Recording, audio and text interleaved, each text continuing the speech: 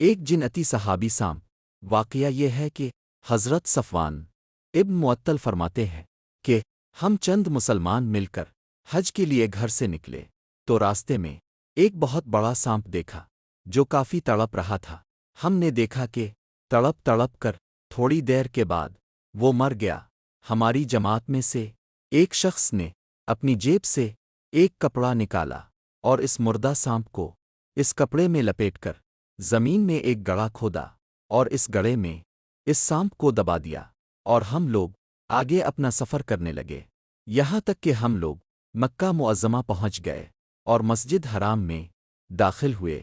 اتنے میں ایک شخص ہمارے پاس آیا اور کہنے لگا کہ تم میں سے وہ کون ایسا نیک آدمی ہے جس نے عمر بن جابر رضی اللہ عنہ سے نیک سلوک کیا؟ یہ سن کر ہم نے کہا عمرو بن جابر تو ہم میں سے کوئی واقف نہیں ہے۔ تو اس شخص نے کہا وہ کون ہے جس نے راستے میں سانپ کی تجہیز و تکفیں کی؟ اس پر ہم نے بتایا کہ وہ یہ ہے۔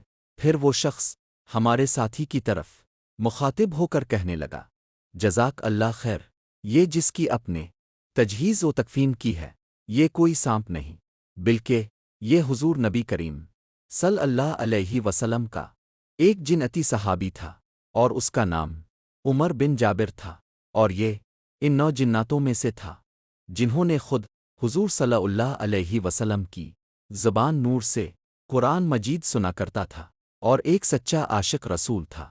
آخر میں اب سے ایک چھوٹی سی گزارش ہے کہ چینل کو سبسکرائب کر لیں اور لائک شیئر کر کے کومنٹ ضرور کر دیں۔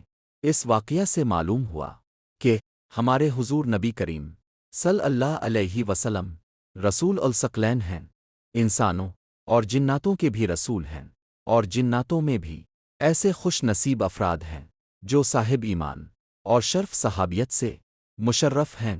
اور یہ بھی معلوم ہوا کہ اگر کہیں کوئی بے زبان تڑپتا ملے تو فوراً اس کی مدد کرنی چاہیے اور اللہ کی رضا حاصل کرنی چاہیے۔